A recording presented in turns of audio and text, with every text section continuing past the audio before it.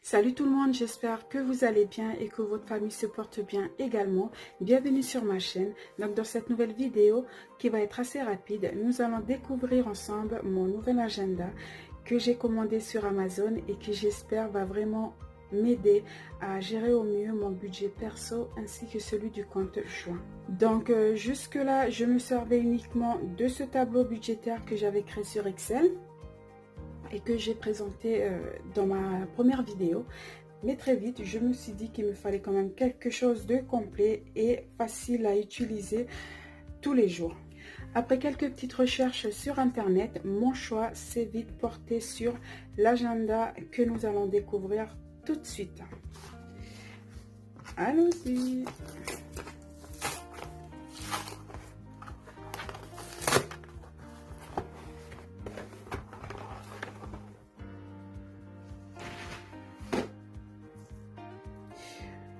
Le voilà.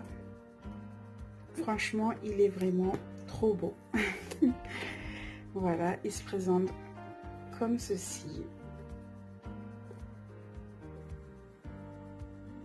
Alors, c'est celui de septembre 2021 à août 2022.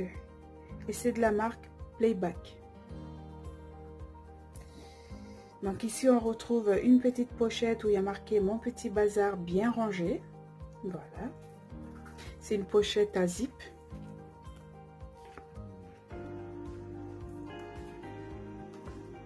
Donc là, c'est marqué budget ultra simple. Tenir ses comptes n'a jamais été aussi simple. Donc, on tombe du coup sur, bien évidemment, une page sommaire. Ensuite, sur la 4e page, on a les 6 bonnes raisons de gérer son budget. Voilà, les 6 bonnes raisons. Ici, on a mon agenda budget, comment ça marche. Donc, je pense que ça doit être le mode d'emploi. Ici, pareil, on a les modes d'emploi, les dépenses fixes, le mode d'emploi pour les dépenses de la semaine, le mode d'emploi pour le bilan du mois. Et ensuite, on a les coordonnées de la famille, les numéros importants, un calendrier officiel avec les vacances, enfin un calendrier officiel des vacances scolaires 2021-2022. Ici on a le calendrier 2021, donc de juillet à décembre. On a le calendrier 2022, donc janvier à décembre. On a une petite partie, une page pour les prises de notes. Et là, on commence son budget par mois. Donc ici, c'est pour le mois de septembre. On va voir ensemble pour le mois de septembre, mais après, je pense que ça va être pareil pour les autres mois. Donc ici, on a le petit calendrier du mois de septembre avec des petites cases assez grandes pour noter les rendez-vous et tout. Ici, on a un défi donc qui est celui de l'alimentation pour le mois de septembre. Donc, je pense que chaque mois, il y a un défi. Je pense. On va regarder ça. C'est bien ça. Et à chaque mois, il y a un défi. Ici, on a le fameux tableau pour établir son budget du mois. Ensuite, ici, c'est un suivi des dépenses. Voilà, c'est du 30 août au 5 septembre, donc c'est par semaine. Ici, on a les rendez-vous pour la première semaine de la rentrée, donc la semaine 35. Ici, on a le bilan de la semaine, donc avec les dépenses du quotidien, essence, soins et médicaments animaux, pareil pour l'alimentation, loisirs, dépenses exceptionnelles, pardon.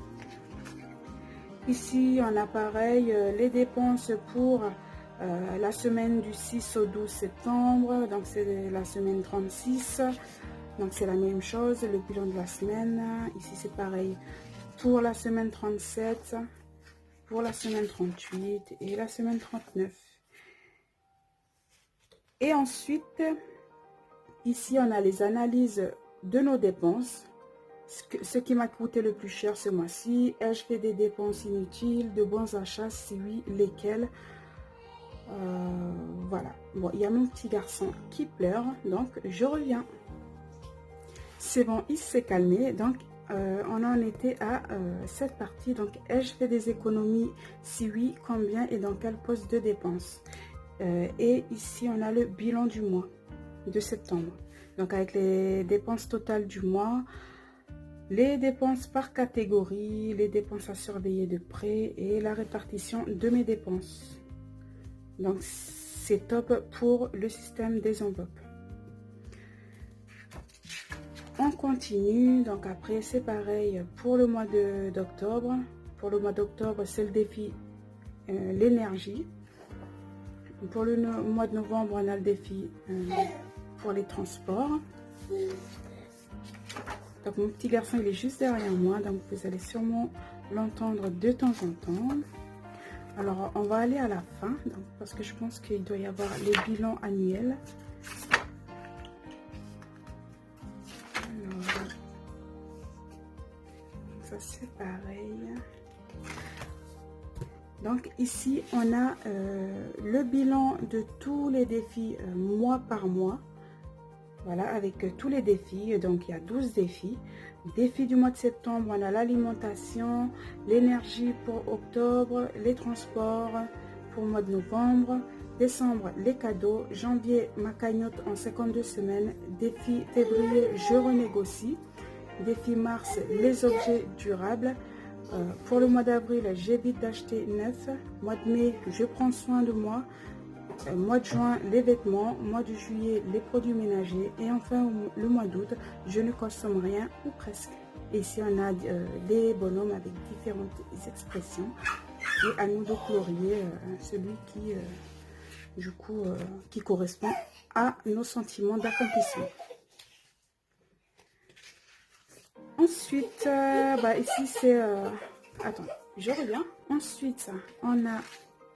le défi de janvier, ma cagnotte en 52 semaines. Défi du mois de janvier, voire page 72. Ah, donc c'est le tableau pour le défi des 52 semaines du mois de janvier. Donc on va regarder ça, page 72.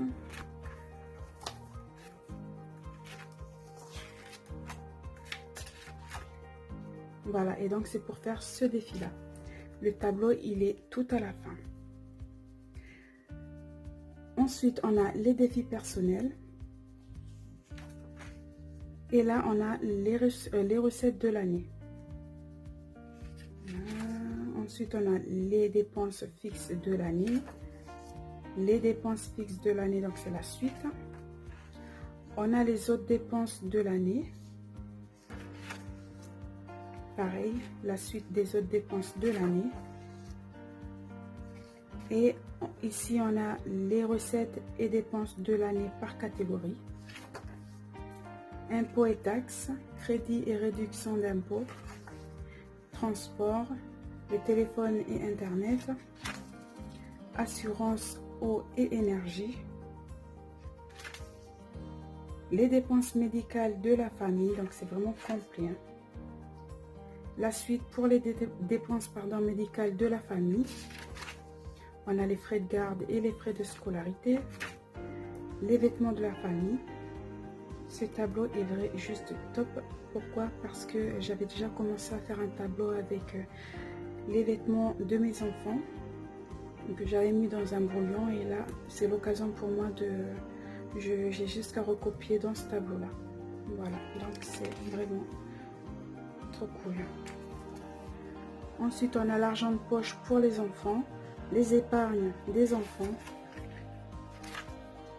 On a les dépenses du logement, rénovation et réparation, loisirs, activités et sorties. Et enfin, on a les vacances. Pareil, les vacances. On a les week-ends. Voilà. Et les économies. Chaque mois, écrivez vos objectifs et les économies réalisées. Bon, voilà, ici j'analyse mon budget annuel. Voilà. On arrive donc à la fin. Franchement, je ne sais pas ce que vous en avez pensé. En tout cas, moi, je suis très contente de cet agenda. Il est vraiment complet, facile à utiliser, j'espère, et très ludique.